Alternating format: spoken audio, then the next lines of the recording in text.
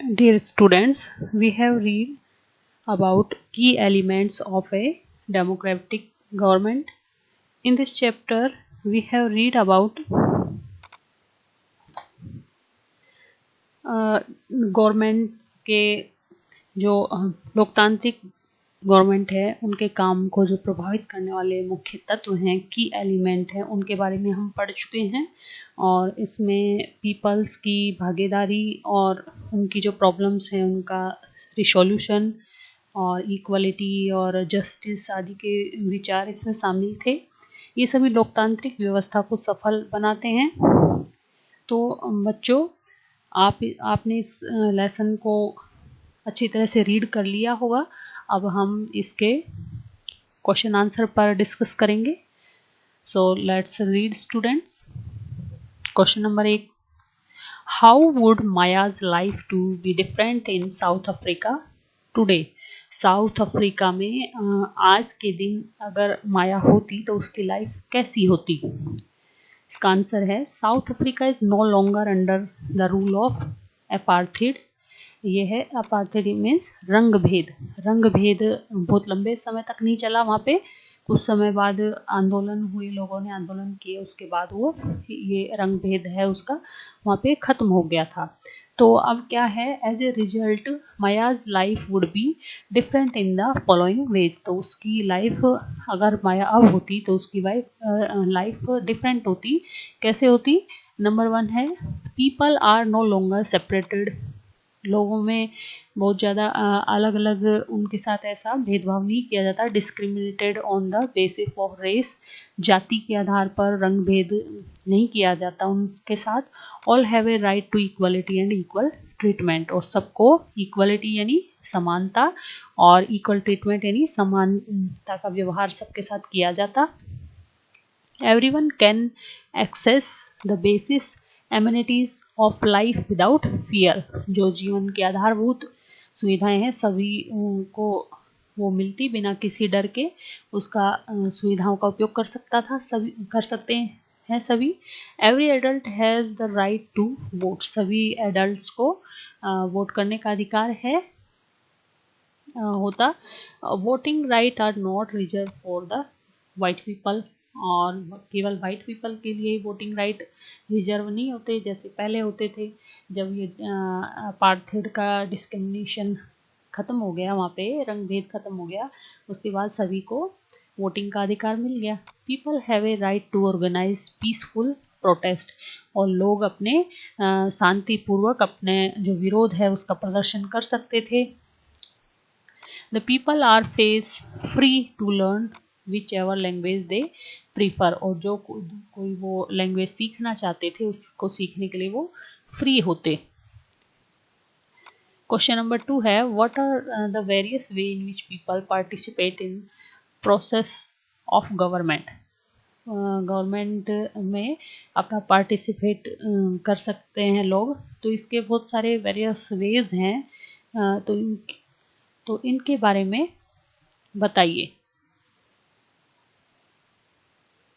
The ways in which people participate in the process of government are as follows। Government की process में लोग इस तरह से पार्टिसिपेट कर सकते हैं। इलेक्टिंग देयर रिप्रेजेंटेटिव, अपने जो प्रतिनिधि है उसका चुनाव करके। By voting in periodic election, और वोटिंग करके पीरियोडिक इलेक्शन समय समय पर जो चुनाव होते हैं उसमें वोट करके अपना प्रतिनिधि चुनकर। Taking an interest in the working of their elected representative and criticising them when required. Interest लेकर के जिसमें वर्किंग देयर इलेक्टेड रिप्रेजेंटेटिव, वो उनका रिप्रेजेंटेटिव है चुना गया है, उसके जो काम है उसमें रुचि लेकर के, या फिर उसने जो गलत काम किया क्रिटिसाइज करके, यानी कि उसके अच्छे काम में उसका साथ दें और गलत काम में उसकी क्रिटिसाइज भी करें।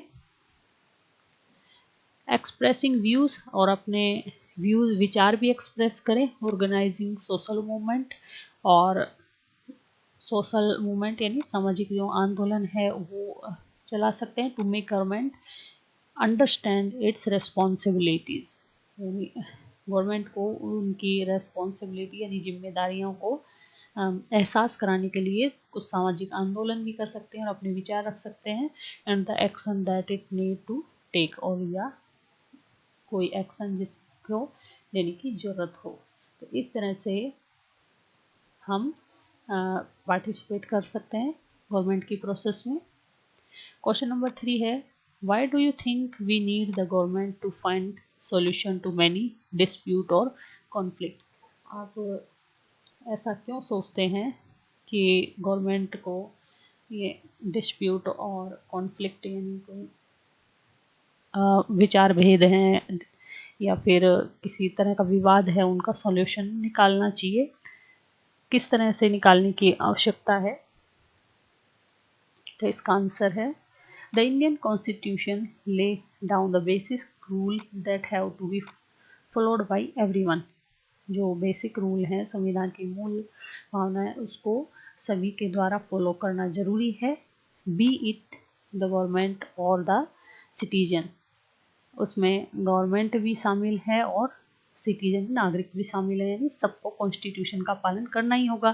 The government is entrusted with the power and responsibilities to see to it that the law of the constitution are followed by all the various individuals।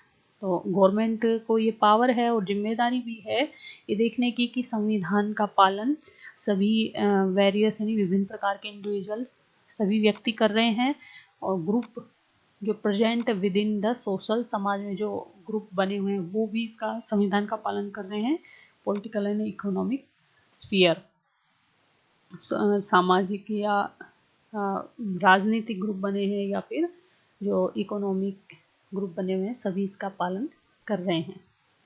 एक कॉन्फ्लिक्ट अराइज, एक जब वो विवाद है वो तब पैदा होता है, there is a clash of interest, जब अलग अलग इंटरेस्ट टकराते हैं। In such case government step in any of its various forms, court, panchayat, police etcetera. तो इस तरह में गवर्नमेंट अनेक जो स्टेप लेती है, जैसे अलग अलग तरह से, जैसे कोर्ट के द्वारा पंचायत भी बैठती हैं विवादों को सुलझाने के लिए, पुलिस का भी सहारा लेती है government to bring about a peaceful and best possible resolution to the conflict, जो शांतिपूर्वक है या फिर जितना हो सके बेस्ट जो सॉल्यूशन इस किसी विवाद का निकले, इसके लिए इस तरह के कोई भी सहारा या उपाय गवर्नमेंट करती है। It could be A conflict between two individuals, ये कॉन्फ्लिक्ट या विवाद कुछ भी हो सकता है, जैसे दो लोगों के बीच है ना, रिलीजन सेक्ट या फिर दो धर्मों के बीच हो सकता है, बिटवीन ऑर्गेनाइजेशन, संस्थाएं हो सकती हैं दो, between organisation and its worker, या कोई संस्था है या उसके मजदूर हैं, है ना, तो कारखाने फैक्ट्रियाँ उसके मजदूर हैं, एंड और इवन बिटवीन स्टेट या फिर स्टेट्स के बीच में, जैसे कि हमने पढ़ा ही था कि नदियों के पानी के लिए ही दो स्टेट्स हैं उनमें विवाद हो जाता है ना। तो इन सब में गवर्नमेंट कई तरह के उपाय करती है। What action does the government take to ensure that all people are treated equally? Government किस तरह के एक्शन लेती है ये इंश्योर करने के लिए कि सभी लोगों के साथ समानता के व्यवहार किया जाए? तो क्या क्या इसके लिए ट्रीटमेंट करती government? A truly democratic government ensure equality and justice for all it's citizens. एक लोकतांत्रिक जो गवर्नमेंट है वो ये इंश्योर करती है कि सभी के साथ इक्वलिटी यानी समानता और न्याय का व्यवहार किया जाए। Some of the way by which a government can seek to address the twin issue of equality and justice are as follows. इनमें से कुछ हैं जैसे गवर्नमेंट जिनमें बीच बचाव भी करती, मतलब बीच में पड़ती है, जैसे इक्वलिटी और जस्टिस बना रहे। कौन कौन से उपाय हैं ये देखिए। First, implementing law that ban discrimination on the basic of caste, creed, religion, region, gender, wealth, language etcetera. ये लॉ इम्प्लीमेंट करती है, लॉ यानी कानून लागू करती है किसको बैन करने के लिए? भेदभाव को। किस तरह के भेदभाव? चाहे वो कास्ट के आधार पर डिस्क्रिमिनेशन हो, चाहे क्रीड के आधार पर हो, धर्म के आधार पर हो, रीजन कोई क्षेत्र के आधार पर हो कि हम तो उत्तर भारत के हैं, दक्षिण के हैं, ये इस स्टेट के हैं या उस स्टेट के हैं ना, ये रीजन ही होता है। एंड जेंडर यानी ये पुरुष है ये महिला है। वेल्थ के आधार पर यानी कि अमीर है गरीब है। और लैंग्वेज की ये हिंदी भाषी है या तमिल भाषी है। इस तरह के डिस्क्रिमिनेशन को बैन करने के लिए कानून लागू करें। Providing provisions for group that are at a disadvantage in the society. Provide करें जो ऐसे ग्रुप भी हैं जिनको पूरा लाभ नहीं मिल रहा है, डिसएडवांटेज है एरिया, वो जिनको जो हमारे प्रोविजंस प्रदान करें, कुछ लाभ प्रदान करें।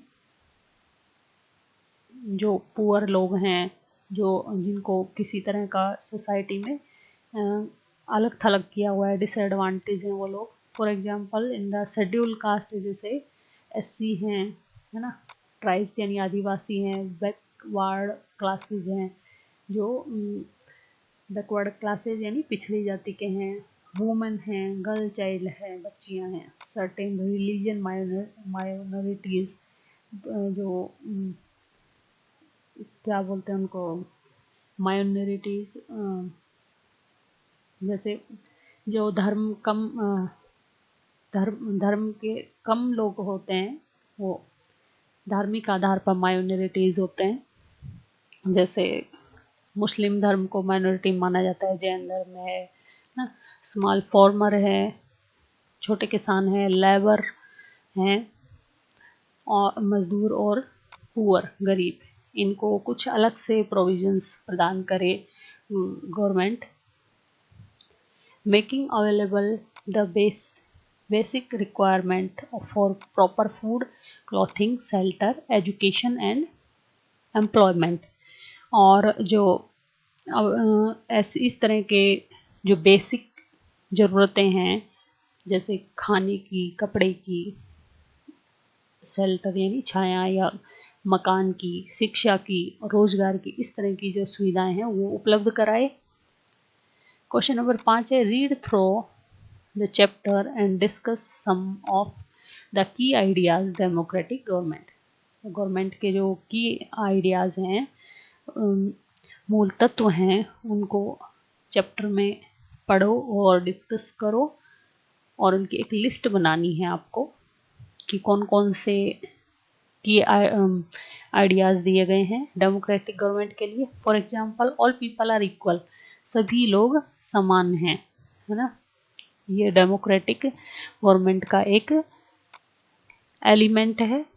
और एलिमेंट आपको लिखने हैं, जैसे नंबर 1 देखिए, की ideas of democratic government, regular election यानी इलेक्शन रेगुलर होने चाहिए, जैसे अपने यहाँ होते ही हैं हर 5 ईयर के बाद।